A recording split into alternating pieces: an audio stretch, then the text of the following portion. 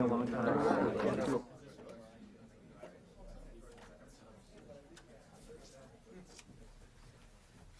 Good afternoon, everybody. I do not have any announcements today, so we'll get right to questions. Bob?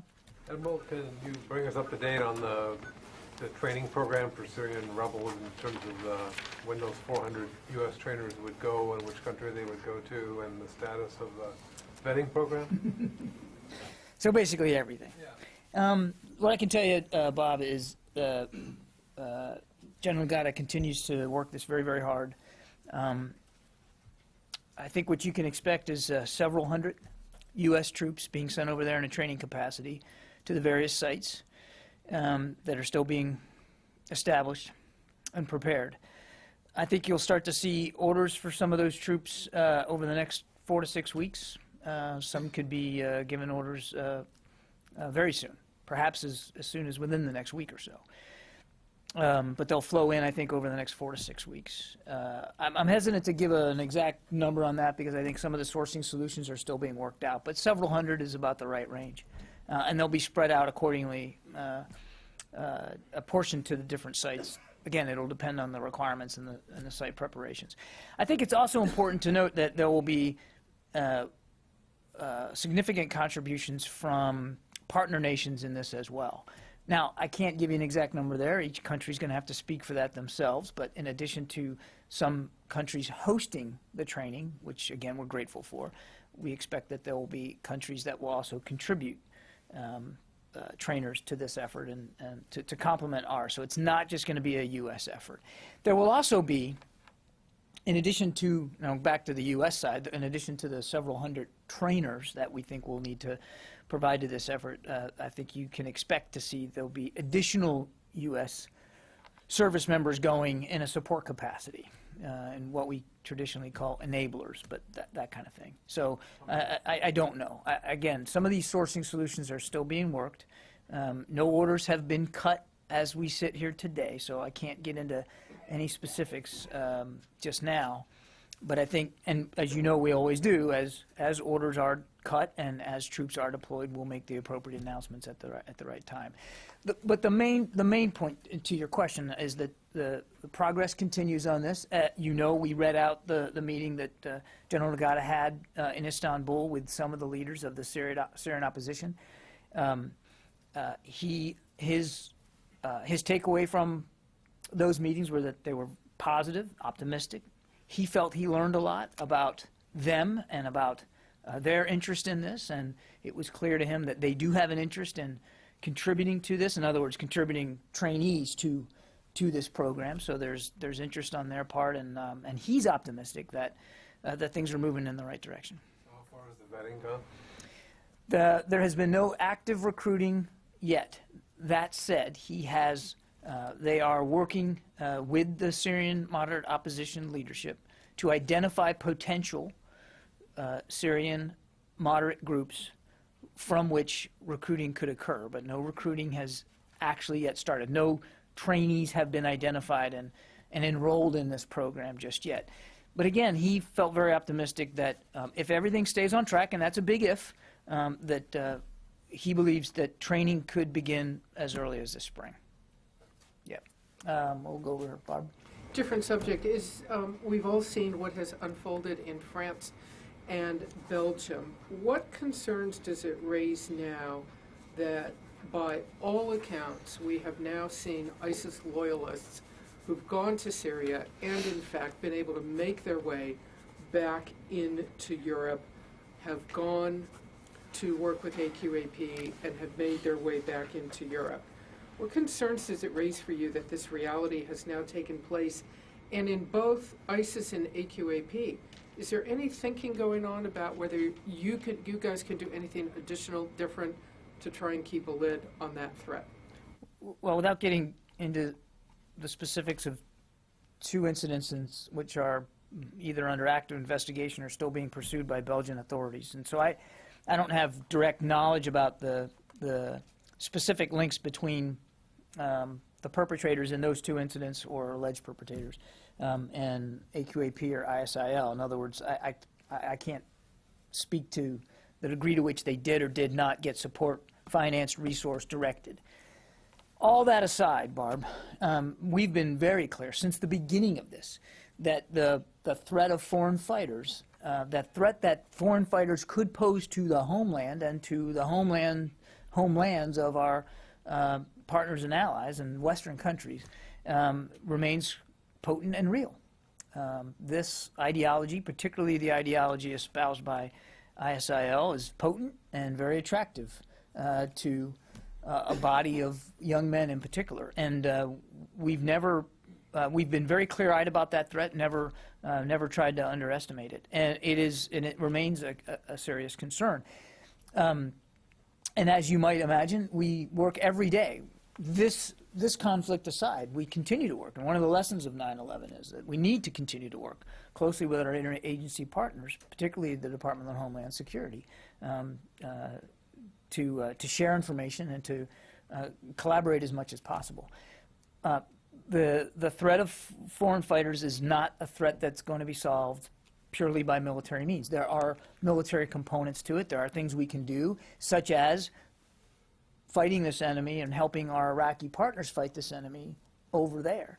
But it is something we're mindful of all the time. Is there a potential hacked tweet out there you want to address? A hacked tweet? Are you talking about the one about the USS George Washington? Yeah, I can assure you and everybody else that the George Washington is safe and sound in a dry dock, getting some needed maintenance done. She has not been attacked by anybody. Admiral, just to follow up on that question, French President Francois Hollande said to the crew of the French aircraft carrier that's deploying right now that he indicated that the attacks in Paris are linked to the work that they're about to go and do. He said that the situation justifies their deployment. I wonder if this building agrees with that logic and whether there's any sense among American forces as well that the ongoing campaign in Iraq and Syria is somehow linked to what happened in Paris. Linked to what happened in the specific attack in Paris and the connection back to the campaign. I mean, look, we don't know the degree to which, at least I don't know, and I don't have insight into the French investigation, the degree to which those individuals were directed or specifically resourced. I mean, I've seen that ISIL has claimed, credit for this. I've not seen anything that indicates a direct link in that regard, a tangible link. But I also think, to some degree, that discussion is fairly academic and not completely relevant. The fact is that, or at least the evidence so far indicates, that at the very least they were inspired by the ideology of ISIL. And we know that Al-Qaeda in particular, and I know that Al-Qaeda is considered a separate entity here, but we know that Al-Qaeda and other radical Islamist groups desire to inspire and incite violence. And so whether it was directed and tangibly resourced, or whether it was simply an inspirational attack, you could argue that Al-Qaeda achieved a goal, right? Because they got them, at the very least motivated them to do this. So I can also assure you that over the last 13 years, nobody in uniform anywhere in the world has ever forgotten what happened on 9/11 and the violence perpetrated by terrorists since then, and the linkage of that to what they're doing all around the world, particularly in the Middle East. So yes, the short answer to your question is, of course, they see the connections between what happened in Paris and what potentially could have happened in Belgium to what they're doing in Iraq and Syria when it comes to fighting violent extremism, which we have been engaged in for, again, more than a decade. And just, do you have any details on what the French aircraft carrier's contribution is going to be to the coalition effort in Iraq and Syria? Well, we're certainly grateful to have it contributing to the effort. I couldn't speak specifically to everything they'll be doing every day, but obviously an aircraft carrier can provide great agility, flexibility, and firepower from the sea. And again, we look forward to once again operating with our French allies. And again, I think I'd point you to the French and the French Navy to speak specifically to what the ship will be doing. But in general, an aircraft carrier is a very potent military instrument. Dan? Just on the trainers, given that you're also going to have enabling troops as well, is it pretty realistic then to expect about close to 1,000 U.S. personnel in the end in the training effort for the Syrian opposition? Dan, I'm reticent to give you an exact number. But I think several hundred trainers. I think you'll also look at it could be about a like number of enablers and support personnel. So all told, the number total for this mission could approach 1,000. It might even exceed that. I can't rule that out. But again, we need to be careful about numbers here because they will change. And again, the sourcing solutions are still being worked out. And as I said, as we get better fidelity on this, and as units get orders to go, we'll make sure that you know. And then just to follow up, how soon will then those moderate Syrian rebels actually be on the ground fighting? How soon? Well, we've said all along the training could take at least several months before they would be in a position to head back into the fight. It's hard to say. I mean, if the training is able to start in March, you could be looking at some opposition groups, getting back into Syria and into the fight, before the end of the year. I think that's certainly a possibility, but we've got a lot of work to do before we're there. Ma'am? Yes, regarding Afghanistan, could you please update about General Campbell, NATO commander in Afghanistan? There is a different report published about the ISIS. Some Afghan authorities say that, yeah, Daesh or ISIS show up in Afghanistan. Mm-hmm. And the general said, no, he hasn't seen any evidence. In case if ISIS, show up in Afghanistan, what will be U.S. reaction? Because it's really big concern for Afghan. I don't think General Campbell said no, he hadn't seen any. I think he said it's something that they're watching and they're mindful of. And that, our assessment is that if, and I have seen no evidence here that there is any significant ISIL presence in Afghanistan or a strong recruiting effort. But we can't rule that out either. And that's what General Campbell, I think, was talking about. And we're certainly watching that very, very closely.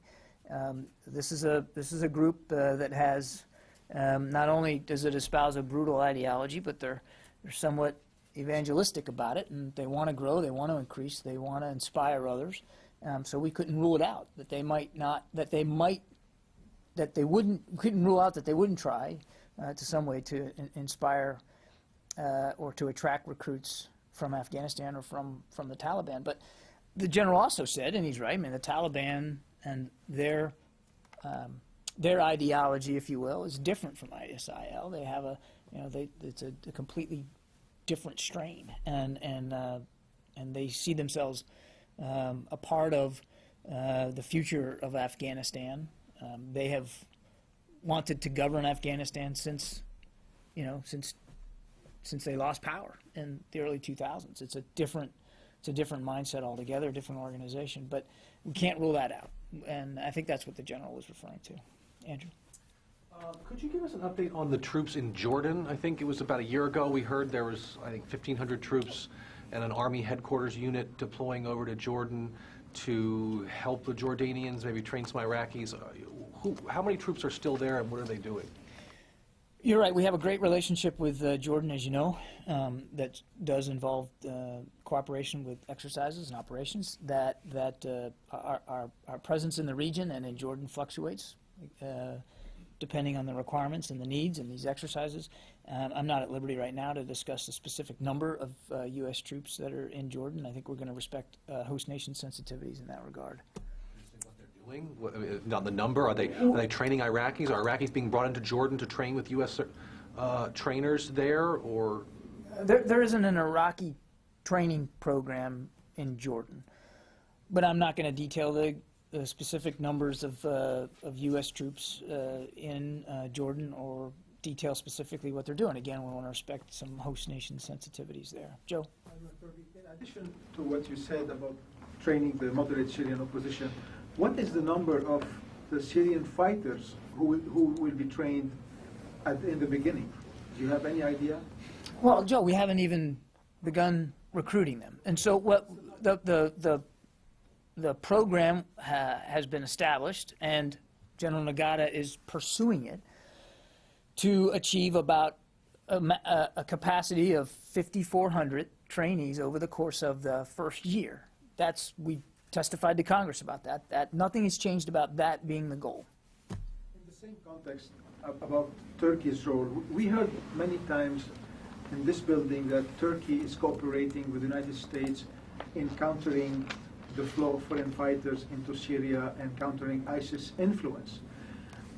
Today, the Turkish Prime Minister blamed the French authorities for letting Charlie Hebdo publishing the cartoons. I would like to hear from you, what's the Pentagon position in regards to those comments? I mean, he said that publishing the cartoons has nothing to do with the freedom of expression. Does this building agree with Turkey in regards to what he said today? Well, first of all, it's not the habit of the Pentagon to speak to state relations here. That said, nobody works harder, nobody sacrifices more than the men and women in uniform for the right of free speech and expression. It's central to who we are and why so many of us signed up to do this. And we stand with the people of Paris and with France on this, and we'll continue to do so. So, no, we wouldn't associate ourselves with an opinion by anyone that would blame the publishers of Charlie Hebdo for what happened to them. We would find that sort of blame to be completely inappropriate, if not just downright wrong. That said, everything you noted in the first part of your question about our relationship with Turkey is accurate. We are grateful for Turkey's contributions and for the contributions that they intend to continue to make to help us in this anti-ISIL campaign. They've agreed to host a training site. They've agreed to contribute trainers to that effort at their site. And there's lots of other ways in which we're working with Turkey against this very real threat. So while we wouldn't associate ourselves at all with that sentiment, it doesn't change the fact that Turkey is still a NATO ally and a close friend in the region and a reliable partner in this effort. Helene? Can I ask you about Boko? How would you characterize the relationship between the United States and Nigerian militaries? And is there a rift? And if so, how is that affecting the effort to rein in Boko Haram, particularly in light of the Baga massacre? I wouldn't say at all that there's a rift, Helene. We continue to work with elements of the Nigerian military to improve their capacity to deal with the threat posed by Boko Haram wherever and however possible. So, again, this is as so many terrorism efforts are. I mean, it fluctuates over time. Intelligence changes over time. Your ability to assist one another ebbs and flows based on other requirements, but nothing has changed about our commitment to continue to work with the Nigerian armed forces against this threat. But they canceled training exercises with the U.S. And we said we regretted that. And yeah, we said we regretted that. Look, I mean, this gets almost back to Joe's question. I mean, even friends sometimes disagree. So while we certainly regretted that some of that training, got canceled because we thought it would be useful, it doesn't mean that, you cast aside the entire relationship for that. Is it affecting the hunt for the effort to rein in Boko now? Do you feel like, do you feel that the U.S. military has enough visibility? Are you getting enough cooperation from the Nigerians? We continue to work at this relationship. We're satisfied that things are moving in a healthy direction. Doesn't mean that we don't recognize that things could be improved or could go better. That training that didn't occur would have been helpful to have had occurred. But it's a relationship, and you have to continue to work at it, and we're committed to doing that. Yeah. Follow this. What's the Pentagon's assessment of the massacre, about this number of 2,000, and about the general threat level now in the last week or two? There's a lot of questions about what's the U.S. response, what's the Pentagon's response to. I haven't seen any. I haven't seen anything independently that would challenge the assessment of the scope of the massacre, and I wouldn't. I don't know that it'd even be appropriate to get into whether we think that number is right or not. Obviously, it's is violence on a horrific scale, which of course we condemn, and it's just a grim reminder, but a serious reminder of how important this relationship is and how much we need to continue to work at it. Is the U.S. paying enough attention to this? If this group can conduct that kind of a level of massacre, and it's as serious a terrorism group as the U.S. claims it to be? The question implies that it occurred because we were negligent in some way, and I think I would take issue with that. I mean, this is a relationship that's important. We continue to work at it. We have a counterterrorism presence there. Again, it ebbs and flows. You want to do as much as you can to stem this kind of violence and to prevent it when you can. It's not always possible. What has been the U.S. response out of AFRICOM, if any, to what's changed, what's been moved? I'd have to point you to AFRICOM on that, Kevin. I don't have any details since these recent events to offer you in terms of anything that's changed, and I wouldn't want to speak for them in this regard. But I'd point you to AFRICOM for more on that. Phil? Admiral, 2 quick follow-ups, please, on the Syria training mission. First, what steps are the troops you're preparing to send going to take to protect against insider attacks, because they're bringing in people off the street, basically, to give them weapons and train them to fight? And 2, I know you can't tell us about how many troops are going to go, but what kind of troops are going to go? Are these Army Green Berets? Are they going to come from across the Joint Force? What is that force going to look like when you start to push it out? Okay, let me try to take the one at a time. First of all, I want to challenge your assessment that we're just going to take people off the streets. There's going to be a significant vetting program in place, multi-layered, and one that is implemented over the course of the training to make sure that we're dealing with individuals and with units that are trustworthy. Does that completely eliminate the threat of insider attacks? Absolutely not.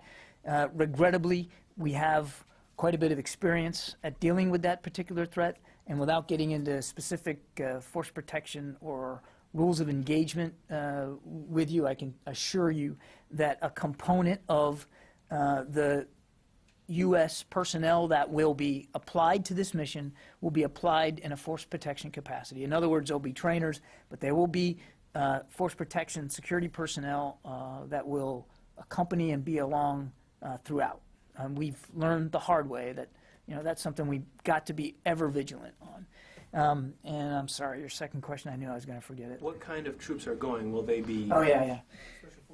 I think you can expect a mix, Phil. Again, the sourcing solutions are still being worked out, but I think it's fair to say that some of the trainers will be special operations forces. These are troops that are. This is a core mission for them. They're very, very good at it, and it would be foolish and imprudent not to employ their skills in this. But I also think you can expect to see conventional forces as well applied to the mission. Yeah, Bill.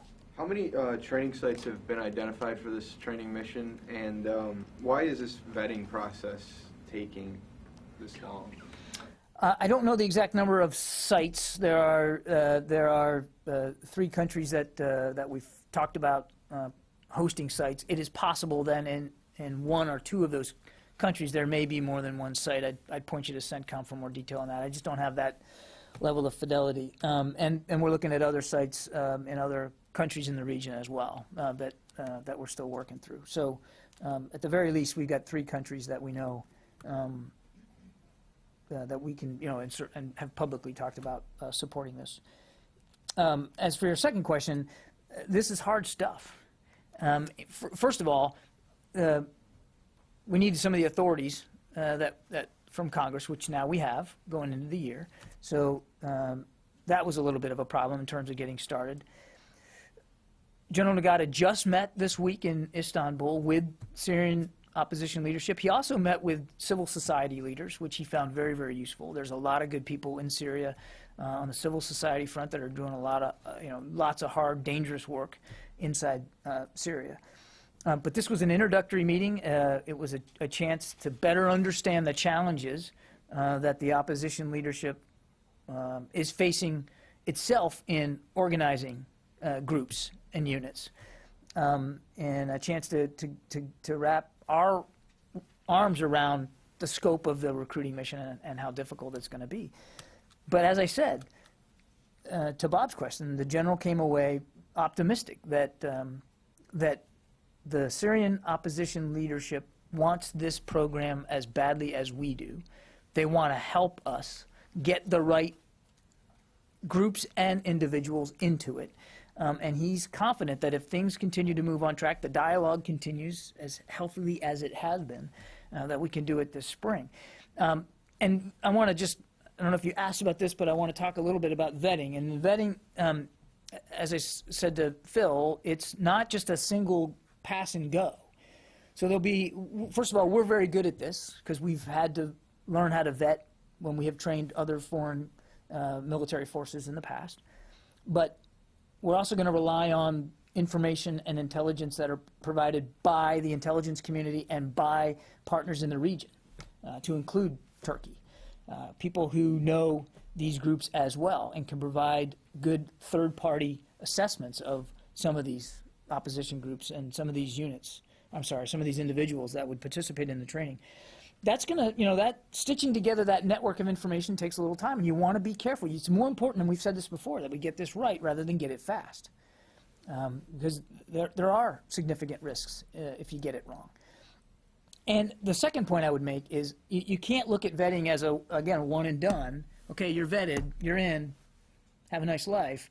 They're going to be continually vetted throughout the process. The training will be not unlike the training regimen that's being set up in Iraq for Iraqi forces, so a building block approach. Now, opposition members aren't a uniformed army the way they are in Iraq, so the baseline will probably have to start at a much lower level of military skills and development, but it'll be a building block approach. And as a unit or individuals or both process through, they'll be vetted again before they're allowed to proceed to the next level of training. It'll be very, very organized. We know how to do this. And what we've learned about doing this is it takes time and you have to be methodical. Do you have any idea of how many, you said foreign military is going to be also participating in this training. Do you have any numbers on that, on how many troops, foreign troops would be involved in this training? No, I don't have exact numbers now. That's all being worked out. I think you could be, it could be in the hundreds from other countries. The nations who have agreed to sponsor sites have also agreed to contribute trainers to it. The exact numbers are still being worked out. And there's a couple of other countries too that have agreed to, and I won't speak for them and their commitments. The number of countries as opposed to the number of trainers. How many other countries besides the U.S.? 10, 5? Right now, a couple. Yeah, 2 others. Cami? Can I ask you about Ukraine? The U.S. ambassador to OSCE said today or yesterday, our information shows that hundreds of pieces of military equipment, including tanks and rockets, have flowed from Russia into Ukraine since the Minsk agreements, and he went on to say these events confirm what we've seen since January 3rd, an increased push by Russia and the separatists it supports to not only consolidate their territory, but cross the ceasefire lines. Is there anything you could tell us from this building that you've been seeing? I would tell you, we wouldn't disagree with the assessment. I mean, we've certainly seen an increase in violence over the last week, and we continue to see Russia ignoring the Minsk agreement and continuing to flow supplies, equipment, materiel to the separatists across the border. Heavy equipment? Yes, heavy equipment. And that, Cami, that's been unabated. I mean, we've talked about this for months, and it continues. Same pace? I think it changes. I mean, I don't have, I couldn't give you a meter day to day. I mean, it's not like every day is the same, but over time, over the last several months, it has continued unabated, the support to the separatists. In the past few weeks, have you seen any change, specifically to that time period? I haven't seen any, I couldn't speak to any measurable change one way or the other over the last several weeks, simply that it has continued. The President spoke about the risks of military conflict with Iran should negotiations fail. I'd like to get your thoughts on that, and also what it might mean for U.S. activities in Iraq and in Syria.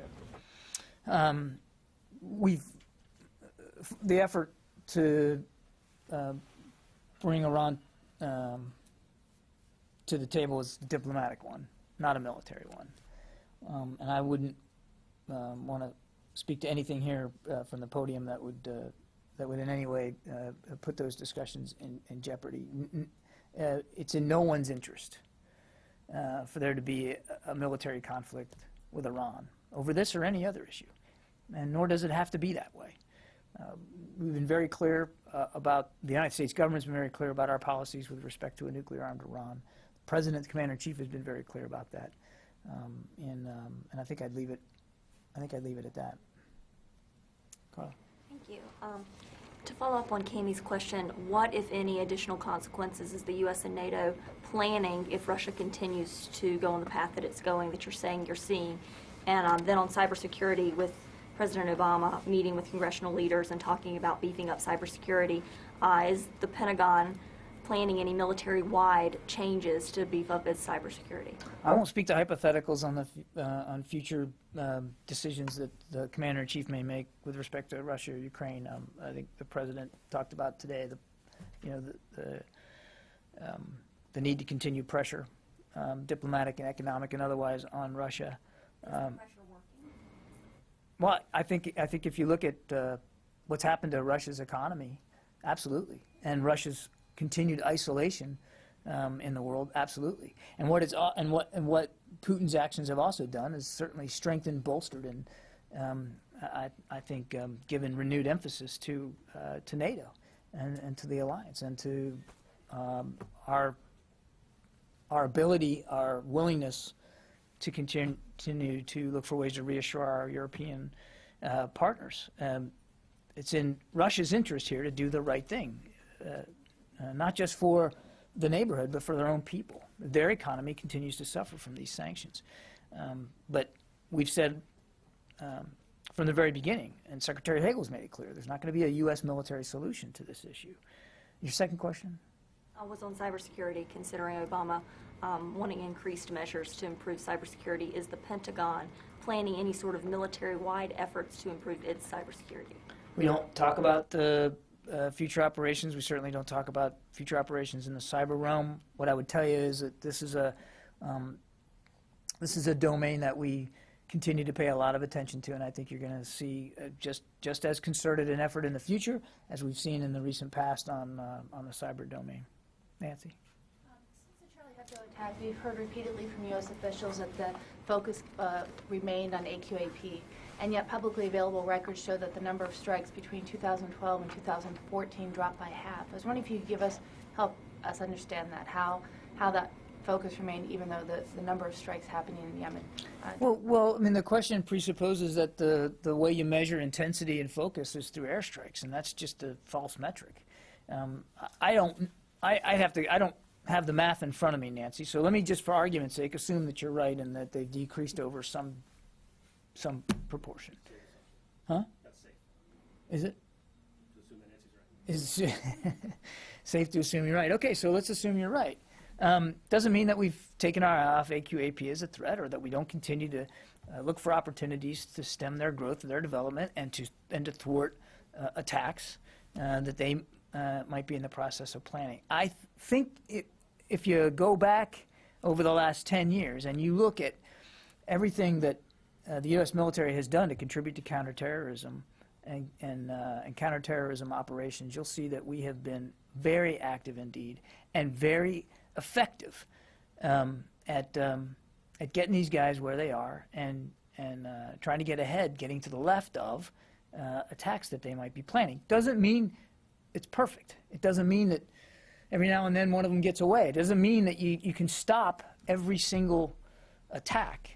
But we've got a pretty strong track record of taking it seriously, and I can assure you that nobody here is going to let their foot off the gas when it comes to AQAP. And I wanted to ask, given that the U.S. has been a leader in terms of striking against AQAP and it has now claimed responsibility for the attacks, has there been any outreach by the French requesting any military assistance for potential strikes in Yemen on some of those targets that might have been involved? Has that discussion happened? Again, we don't talk about future operations here. I would never get into hypothetical discussions about that.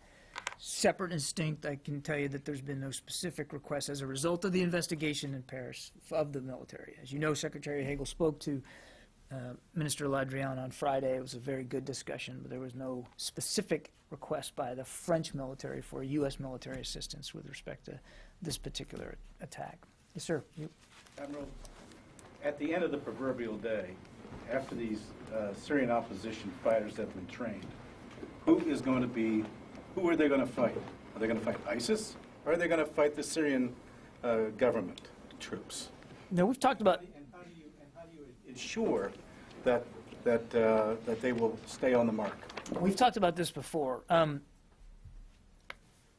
There'll be sort of three purposes here to the training. One, to get them prepared and able to defend their own communities and their own citizens. They'll go back to their own towns and cities and help defend their neighbors. Two, to eventually go on the offensive against ISIL inside Syria. And three, to help work with political opposition leaders towards a political solution in Syria. That's what we're getting them ready to do. You talked about now who's going to be watching them. Part of what the purpose of this training is to develop leadership of their own, good, competent military leadership of their own. There's any range of good leaders inside the opposition and some not so good. So part of the purpose of this, basic military schools, basic military skills, unit, a small unit leadership skills that they'll be trained to do. So the idea here is to train themselves to lead themselves. Yeah, but how do you actually get them to conduct operations against ISIS as opposed to Syrian military facilities, for example? Well, your question, you're thinking about this the wrong way. It's not like we're going to be directing them from from inside the theater. Turkey has made it very clear that their main enemy is Assad. The only reason I can imagine that they would agree to hosting training or even to allow trainers would be because there's been some understanding that those forces somehow will not be necessarily directed primarily at ISIS. I mean, I may be wrong. The purpose of the training is to get them to defend their communities, to go on the offensive against ISIL, and to help work towards a political solution in Syria. That is what they will be trained to do. Part and parcel of that training will be good military leadership. Their military leadership. We've talked a lot about, boots on the ground. Indigenous boots on the ground matter the most. And so we want the Syrian moderate opposition to be trained for those three purposes and to lead themselves to those ends. That's the purpose. Louis. I know you addressed this earlier about this tweet with the USS George Washington, but is there concern that these kinds of incidents, these kinds of misrepresentations, these kind of misreporting could lead to some kind of actual miscalculation involving operational assets? Look, anytime there's bad information out there, you got to be mindful of the repercussions. That's why we check and double check and triple check. There's no overriding concern here about a false tweet leading to some sort of armed conflict. No, but obviously we're going to we check and recheck information sources from all different strains. Following up on that, the U.S. and China were supposed to have developed some kind of methodology to prevent this kind of thing from miscalculations in the Far East. How is that coming along? We do have avenues of communication with the Chinese leadership. Chairman Dempsey has I wouldn't call it a hotline, but he has a way to communicate directly with his counterpart in Beijing. And we have other avenues, obviously, through other agencies, particularly the State Department. I can tell you, nobody got ramped up about this tweet about the USS George Washington. Social media is a great leveler, and it's a terrific platform to share information. It's also, regrettably, a platform for foolish people to do foolish things. But we're not going to overreact. We have ways of checking and rechecking. In this case, it was a fairly simple thing to knock down since the ship is in the dry dock. Yeah. Admiral, you were talking about Syrian rebels, and a political answer is we're going to be training them to help solve the issues politically. How can we prepare them with a political response? Is it through an arms race? Is it by giving them more weapons means that they're going to have more respect or power? Or how are we going to be training them politically? I don't understand.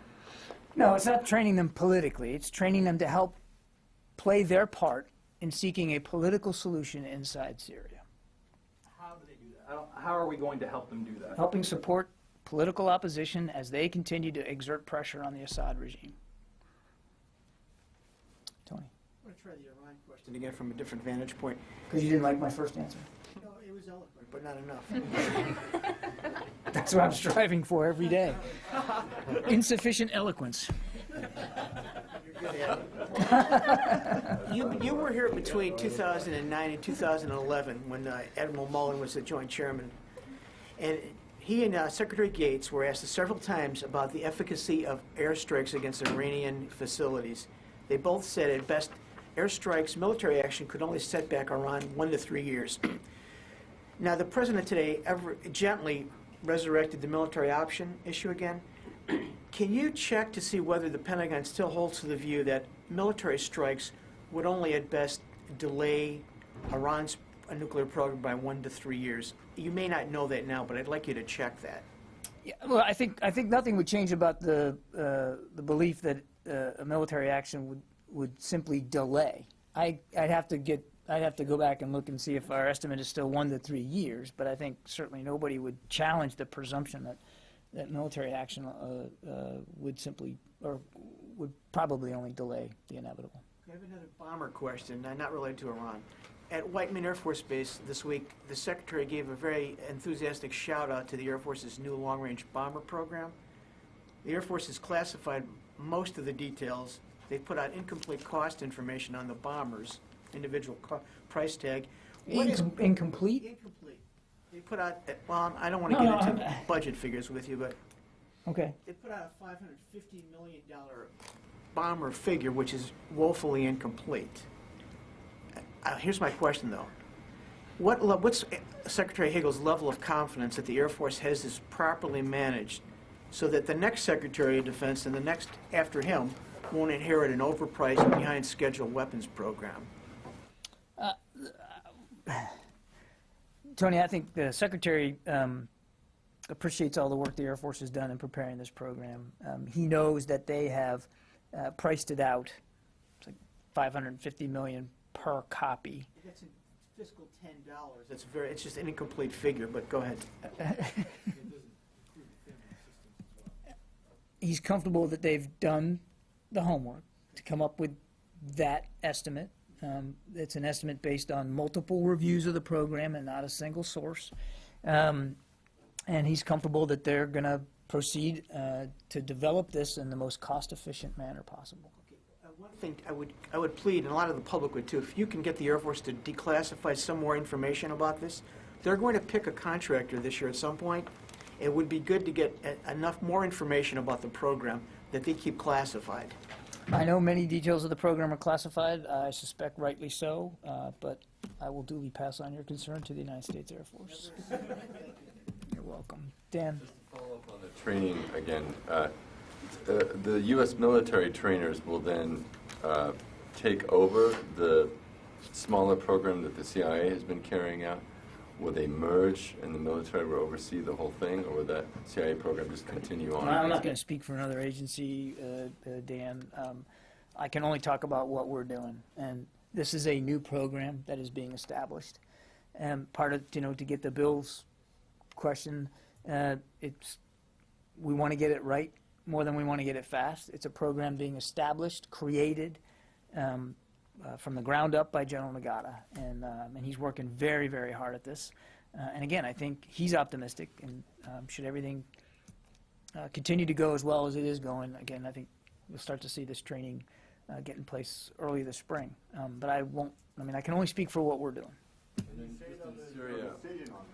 I'm sorry, you are? Josh,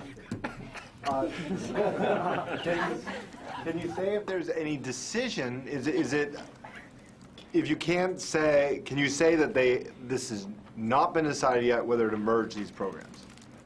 Well, Justin, what I can tell you is General Nagata is working on this program. He's building it from the ground up. It's a DoD program, and I'm not.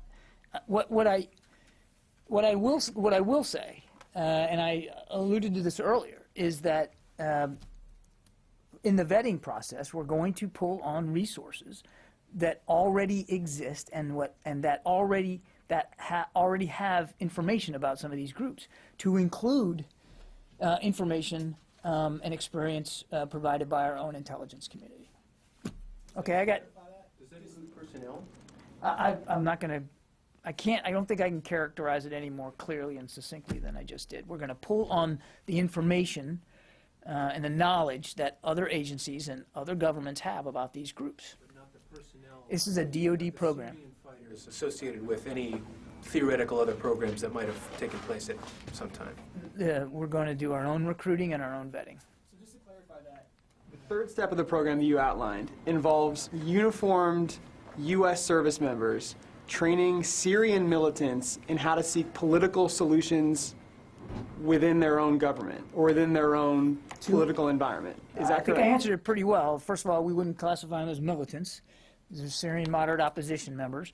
Number two, one of the things they're going to be trained to do is to help support the political opposition against the Assad regime. But the primary goal of this training is to get them capable of defending their citizens, their communities, and to go on the offense eventually against ISIL. That's the main goal. Okay, guys, it's been a long time. Got to go. Jen, you had one? Just a quick one. Can you react to the developments in the Fat Leonard case?